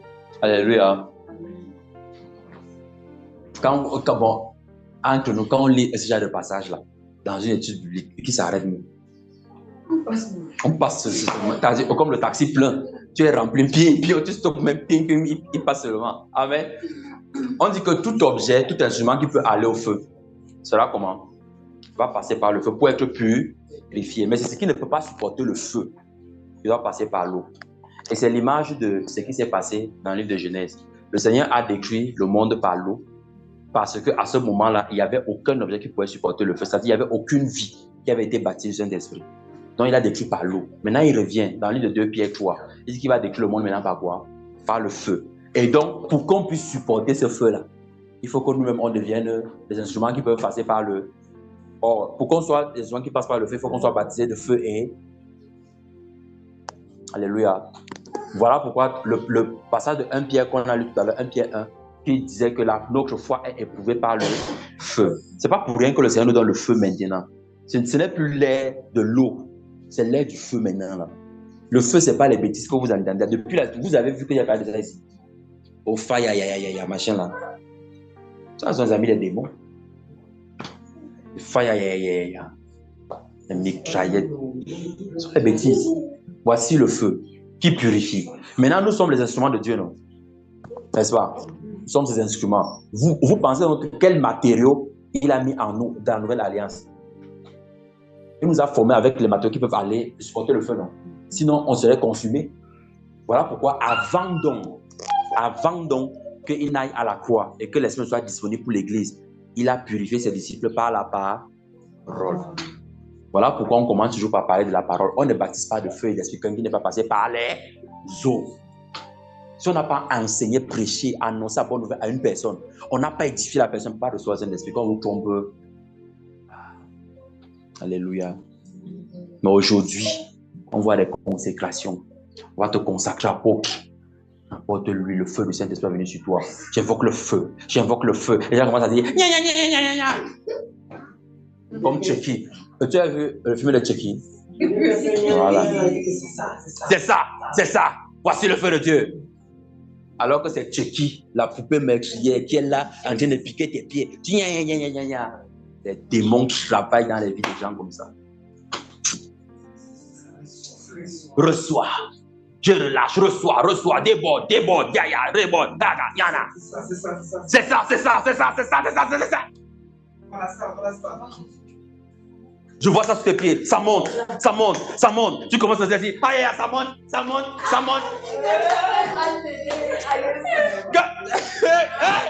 Hey! Saint-Esprit de Dieu. Après, quand il dit que ça arrive direct sur la tête, maintenant, ça te remplit. Quand quelqu'un tombe, aïe, on dit que Dieu est là. Quel Dieu. Après, c'est la même sœur qu'on dit qu'on a consacrée là, qui va sortir avec le même gars qui disait que je vois ça monte. Qui vont faire les bébés. Le même chant. C'est pas que ça chante. Après, on va dire que non, vous savez, la chair est faible, machin, ceci. Et, lis pour nous, ma fille. Luc 12, 49, on va faire comment? Je suis astreint à la vérité, je ne peux vous dire que les choses qui sont écrites. On va faire comment? Lis, 12. Luc 12, verset 49, il est écrit. Oui. Je suis venu jeter un feu sur la terre. Hey! Et qu'ai-je à désirer s'il est déjà allumé? La Bible n'a pas ça. Je suis venu jeter un feu. Et qu'ai-je à désirer s'il est déjà à... Le feu là, c'est qu'ai-je à de feu? C'est qu'ai-je à de feu? C'est le feu qui purifie. Vous voulez savoir pourquoi? Parce que les gens disent qu'ils aiment prendre le passage où le Seigneur dit que dans une maison, il y aura 3 contre de croix. La belle-mère contre la belle-fille. Et pourquoi on n'a pas cité les beaux-fils des gens? Il faut poser la question. On va parler de ça une autre fois. Hein. C'est pas maintenant. Alléluia. Regardez. Les beaux-fils n'ont rien à voir. Ils sont tout clean, non? Ce sont les belles filles et les belles mecs qu'on a. Alléluia. Bon, je ne dis pas que c'est le cas des sœurs qui sont ici. Hein, parce qu'il ne faut pas qu'on me pointe ici avant de sortir. Il faut qu'on les amène. Non, les sœurs témoignent que ce n'est pas ça. Alléluia. Elles témoignent que vraiment avec la belle-mère, tout va bien. Ah, mais bon, quel est le problème avec sa belle-mère ici là? Personne, non. Amen. Elle est connectée, je n'ai pas le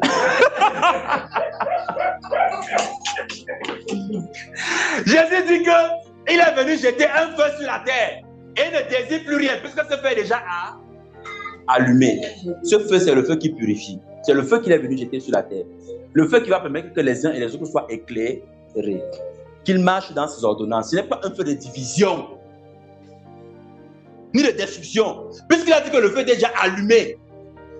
Ça veut dire qu'il y a des gens qui se convertissaient déjà, des gens qui abandonnaient le péché, des gens qui voyaient que, en effet, voici la voie. Le Seigneur est venu vers nous. Alléluia. Oh, oh Jésus, la parole n'était pas merveilleuse. Amen. Lisons le dernier point. Qui veut savoir le 7e point là? La perfection, je pense, le feu qui délie les liens. Masakibra Yatazaka. Ouvrons les passages. Le feu qui délie les liens. Les gens qui aiment prier pour couper les liens, vous allez continuer de couper seulement.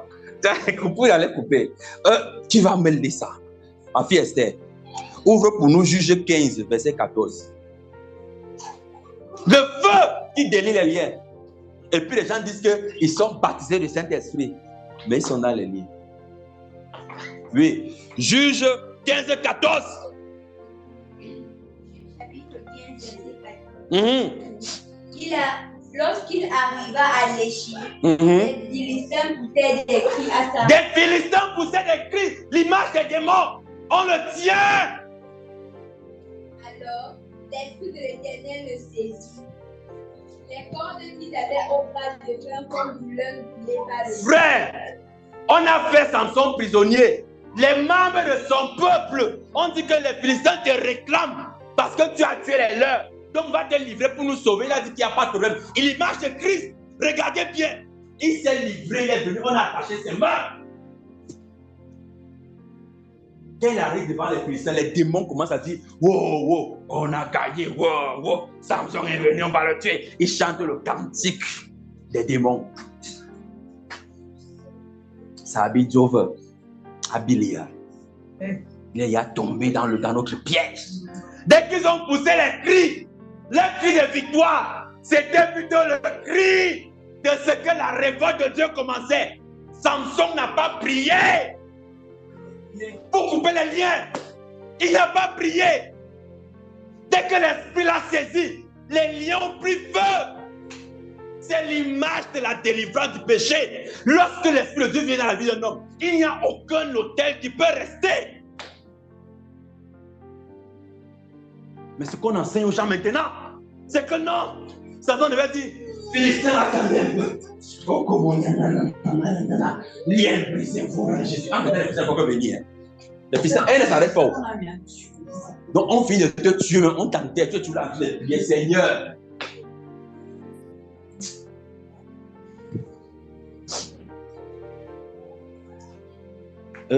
Lis encore pour nous, Juge 16, 9.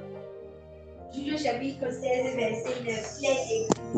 Or, des gens se faisaient en embuscade chez elle. En embuscade, c'est qui chez Delilah? Elle lui dit, les sont sur toi. Et il rompit les cordes comme il rompt un cordon de tout, quand il sent le feu. Frère, on ne connut point d'où venait sa vie. Écoutez-moi bien.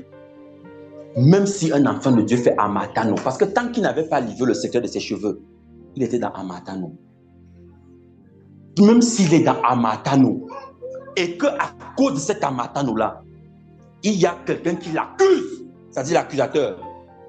Dès qu'il va venir pour l'attraper, pour faire de lui son prisonnier, l'esprit du Seigneur qui est sur lui, la force va briser ces choses.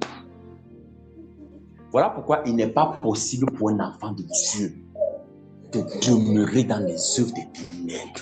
C'est impossible. Samson s'était livré à Delilah parce qu'il croyait l'aimer.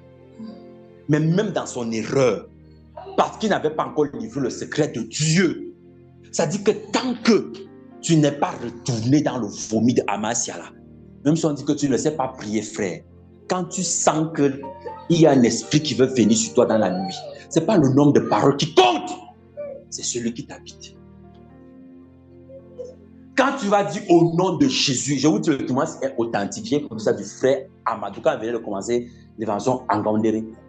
Il faut que le frère témoigne un jour et que les gens écoutent. La seule prière que lui disait, c'est qu'au nom de Jésus, il ne savait pas comment prier. L'esprit de l'islam l'a regardé comme ça. Il dit, je veux te décapiter, je ne peux pas bouger. Il y a des gens, on vous apprend comment prier, non? On dit, quand tu dois prier, tu dis d'abord, Éternel Daddy Papa, remplis la salle. Il remplit quoi? Il remplit quoi? S'il remplit ça, tu dois reconnaître que tu es vide. On ne remplit pas ce qui est plein. Tu es vide. Il remplit quoi? Les casseroles vides, les boîtes de conserve. C'est ça qu'on vient venir remplir. sans sardines en plus. On a gardé seulement l'huile. On a mangé les sardines. Alléluia. Le feu qui délie les liens. C'est impossible qu'étant baptisé d'esprit, un enfant de Dieu reste captif des œuvres anciennes. C'est impossible. Les gens disent que je constate dans ma vie. Le constat, c'est que tu n'as pas le Saint-Esprit. Il faut qu'on dise la vérité aux frères. C'est parce que tu n'as pas l'esprit de Christ. Donc, si tu fais le constat là, admets aussi que tu n'as pas l'esprit de... Ou alors tu vas rectifier le tir. On veut admettre des vérités et des contre-vérités. Parce que les gens se piègent dans ces positions. Moi, je persévère depuis 15 ans. Et puis, c'est ça qui fait quoi? Le diable persévère depuis la nuit des temps, non? Tu sais combien de temps il a fait servant le Seigneur?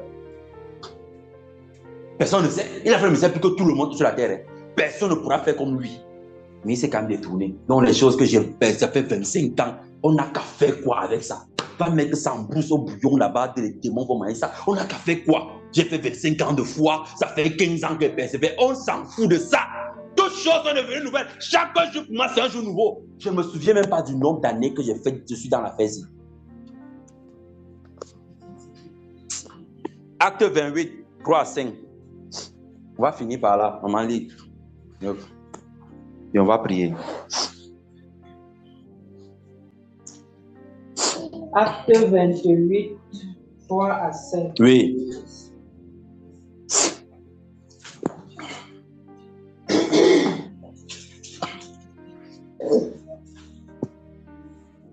Paul ayant ramassé un tas de broussailles. Un tas de broussailles. Et l'ayant mis au feu. Une vipère en sortit par l'effet de la chaleur et s'attacha à sa main.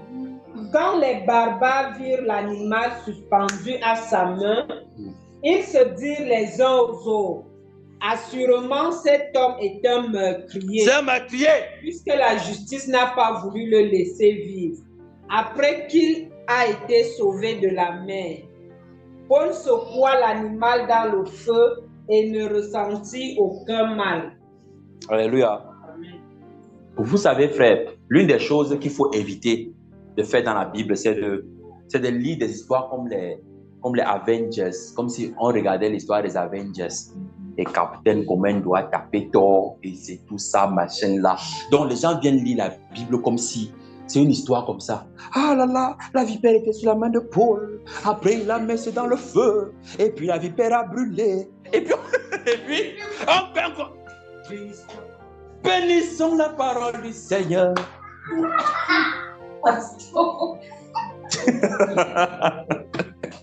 Si on nous raconte l'histoire, c'est parce qu'il y a quelque chose de Christ en tiré dedans. Il a mis les broussailles au feu. Les broussailles, ça représente quoi? Les déchets. Les broussailles, ça représente les déchets. Il a été sauvé de la noyade, c'est-à-dire par la grâce de Dieu. Personne n'échappe à la noyade en pleine mer, si ce n'est par la grâce du Seigneur. C'était l'image de l'œuvre de la rédemption.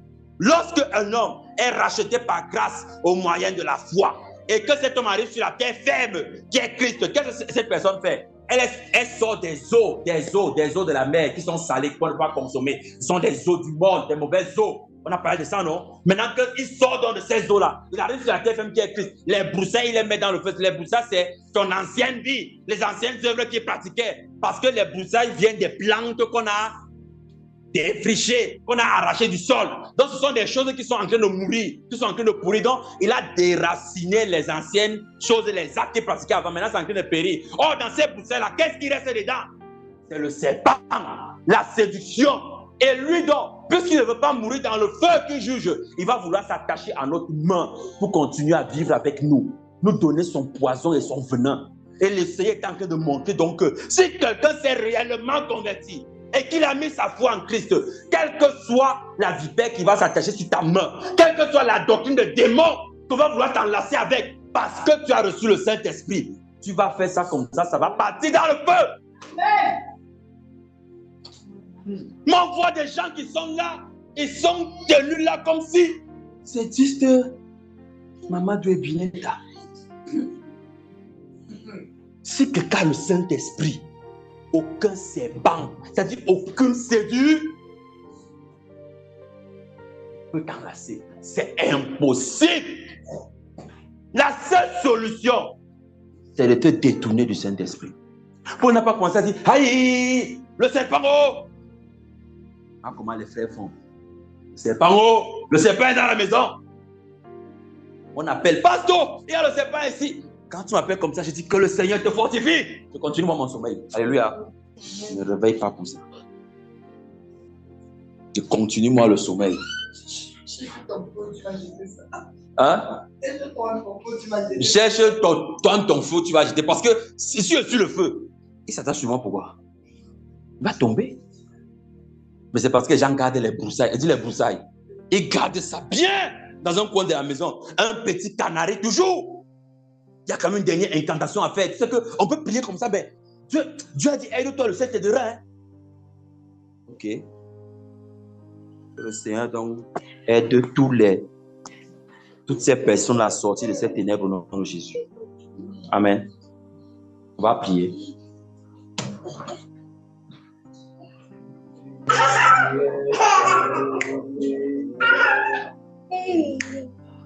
Son regard s'abaisse sur nous, sa douce voix l'entendez-vous. Je veux vous sauver tous. Je veux vous sauver tous. Je veux vous sauver tous. C'est une voix qui est douce. C'est parce qu'elle ne parle pas avec force qu'on la néglige. Mais c'est la voix du Seigneur. Je veux vous sauver. L'évangile est fait pour le salut. L'évangile est fait pour enlever les hommes, les faire sortir les ténèbres. L'évangile est fait afin que les hommes connaissent la lumière, qu'ils soient éclairés. Jésus, le feu dévorant, vient pour dévorer le péché en nous, juger les œuvres des ténèbres, nous faire devenir la lumière. Il nous éprouve et il nous éclaire. Il nous dit de délier les liens dans nos vies. Il nous purifie. Il nous consacre. Nous sommes à lui. Nous devons lui appartenir entièrement, totalement. Notre vie n'est plus à nous. Notre vie devient la sienne parce que nous vivons pour lui. Bénis ton peuple, Seigneur. Bénis ton héritage, Papa. Répands sur lui ton feu. Répands sur lui ton feu. On a souvent prié, on a souvent dit ça, mais nous avons demandé un feu étranger. Nous avons demandé des choses qui venaient plutôt pour nous juger. Mais aujourd'hui, nous voulons le feu de ta lumière, le feu de ta grâce, le feu qui nous éclaire, le feu, Seigneur, qui nous délivre, le feu qui délie les liens, le feu qui purifie, le feu qui éclaire, le feu, Seigneur, qui éprouve, le feu, Seigneur, qui révèle ta gloire. Ta gloire, que tes yeux, qui sont comme des flammes de feu, s'abattent sur nous, se détournent et se regardent, Seigneur, pendant que nous supplions et que nous implorons. Que l'ignorance des démons qu'ils ont mis en nous, Seigneur, afin que nous ne te connaissions pas, disparaisse des cœurs et que nous te cherchions, Seigneur, de tout notre être. Sa douceur. Le Seigneur Jésus t'aime. Son amour est réel, il est véritable et il est sincère. Si seulement on accepte de se détourner de nos mauvaises voies, de jeter les broussailles dans le feu, alors le Seigneur nous visite. S'abaisse sur nous. Et il n'y a aucune difficulté, aucune épreuve qui soit au-dessus de ses forces. Mais est-ce qu'on lui fait confiance? Place ton cœur en lui. Nous prions, nous jeûnons, nous évangélisons, c'est pour le Maître. On n'attend rien d'autre, on n'espère rien d'autre. On veut juste qu'il soit heureux, que son cœur soit béni, qu'il soit dans l'allégresse, que les hommes nous reconnaissent ou pas. Ce n'est pas pour cela que nous avons été appelés. Je veux bien que le ciel seulement me reconnaisse, parce que je veux faire l'œuvre du Maître. Parce que je sais que le Maître aime ce qu'il le cherche, d'un cœur sincère. Tout ce qu'il nous donne, ce ne sont que des moyens.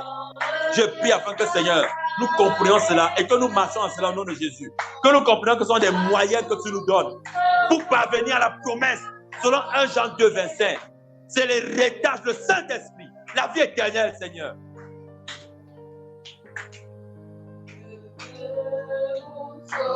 Que ces paroles soient gardées en nous précieusement. Que ces paroles soient gardées en nous. au nom de Jésus. Que l'ennemi ne les vole point et qu'elle porte du fruit en abondance. Je vais vous sauver tout. Alléluia. Béni soit le Seigneur. Alors, on a